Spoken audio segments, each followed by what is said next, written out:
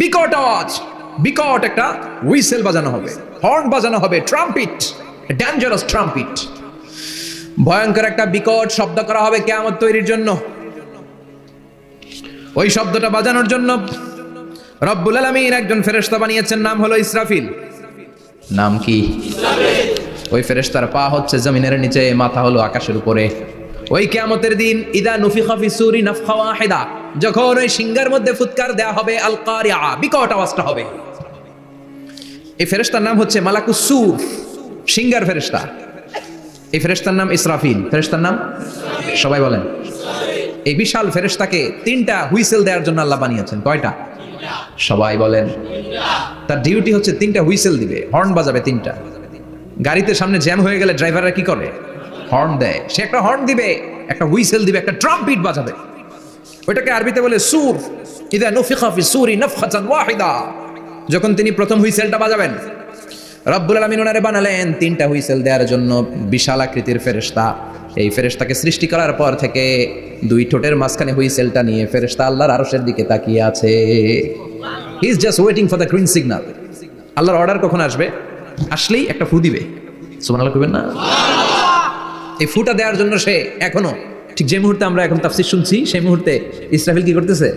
দুই ঠোঁটের মাঝখানে ওই হুইসেলটাকে রেখে জাস্ট অবজার্ভিং দ্য আরশ, আরশের দিকে তাকিয়ে আছে। যখন আল্লাহ বলবে শুরু করো, প্রসিড, মুহূর্তের মধ্যে হুইসেল বাজাবে।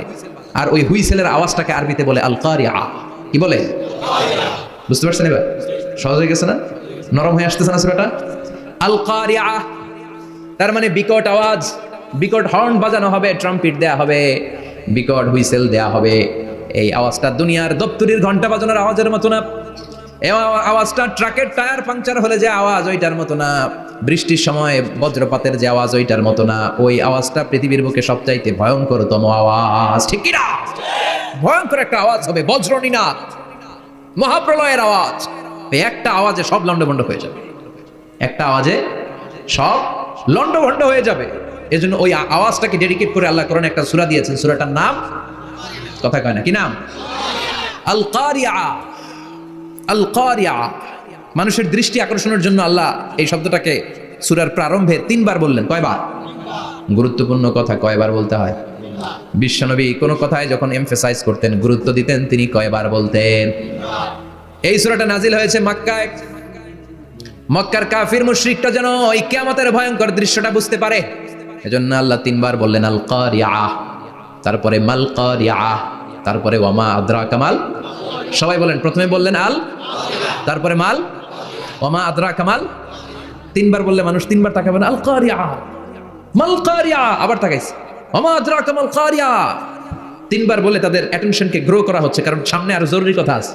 সুবহানাল্লাহ বলেন। ওই দিনটা বড্ড ভয়ঙ্কর দিন, কিয়ামতের দিন। কিসের দিন? এই ছোট্ট 11টা আয়াত বিশিষ্ট সূরার মধ্যে আল্লাহ কিয়ামতের নকশা এঁকে দিয়েছেন। কি এঁকেছেন? কিয়ামতের প্রামাণ্য ধারাবাহিক বর্ণনা আল্লাহ তুলে ধরেছেন এই সূরার ভেতরে। আল্লাহু আকবার।